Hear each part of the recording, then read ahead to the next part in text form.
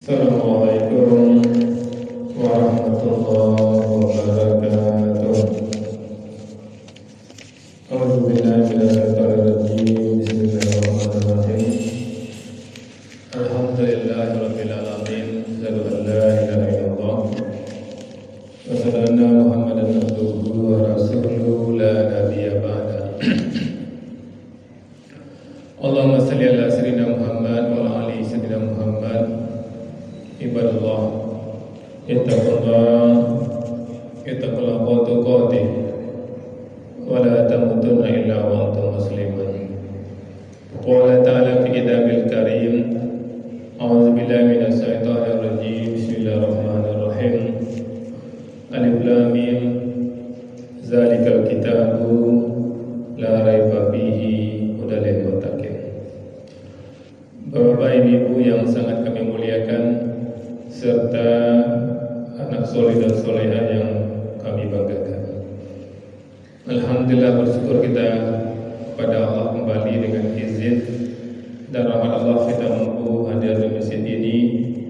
Harapan kita Bapak Ibu, hadirnya kita di masjid ini benar-benar tercatat di sisi Allah Subhanahu wa Ta'ala, dan kita semua mendapatkan pahala terbaiknya. Bapak Ibu yang sangat kami muliakan, kita lanjutkan hikmah dan pelajaran dari ayat suci Al-Quran. Sekarang kita masuk surat Al-Baqarah ayat 155. Kita bacakan ayat dan artinya.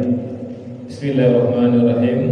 Walanabluwannakum, dan kami pasti akan menguji kamu bisayyin minal khauf, dengan sedikit ketakutan, wal-ju' dan kelaparan, wa naqsin minal amwali wal anfus was samarat, dan kekurangan harta dan jiwa dan buah-buahan, wa basyiris sabirin, dan sampaikanlah kabar gembira kepada orang yang sabar. Bapak Ibu yang sangat kami muliakan, kita lihat, bisa kita ambil tema untuk Al-Baqarah 155 ini.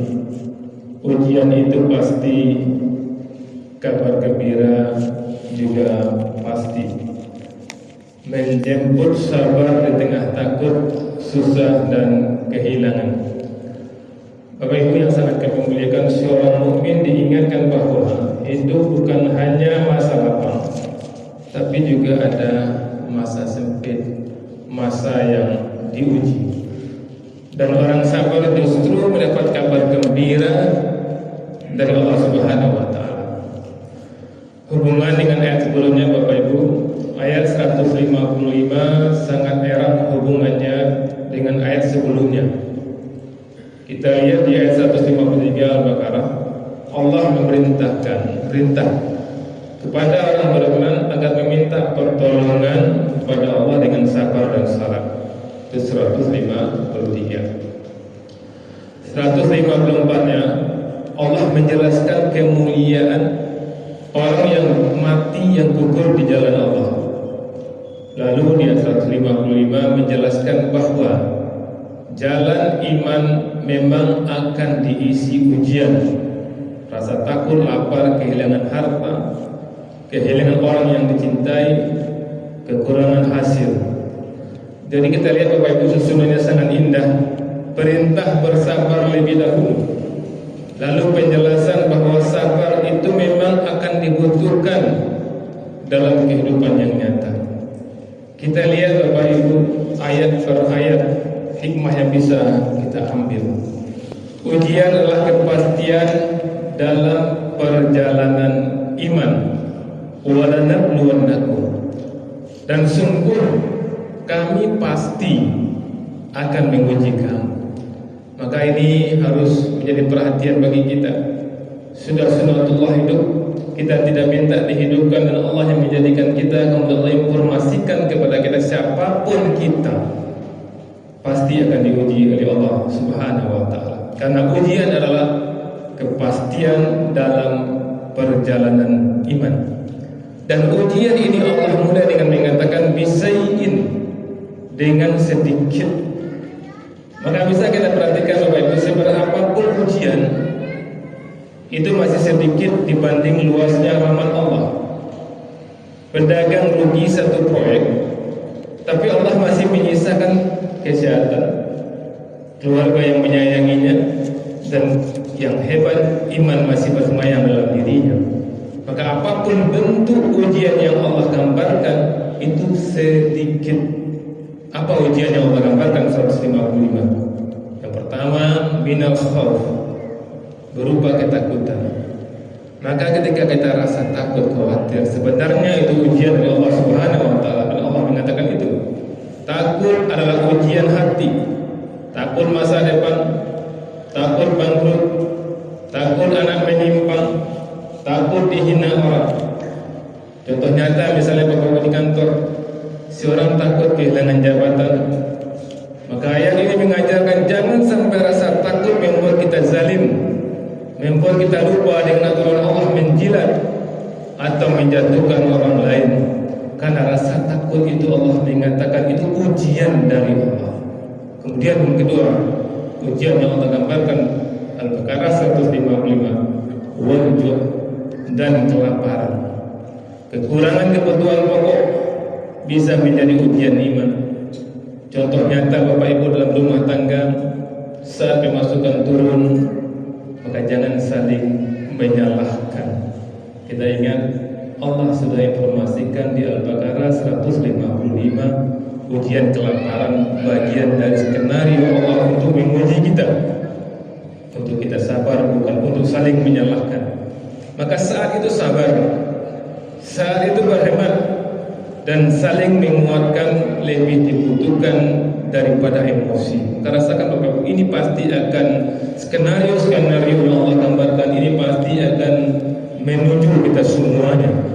Kemudian yang berikutnya, ujian Allah gambarkan Al-Baqarah 155, wa naqsim minal amwal, dan kekurangan harta.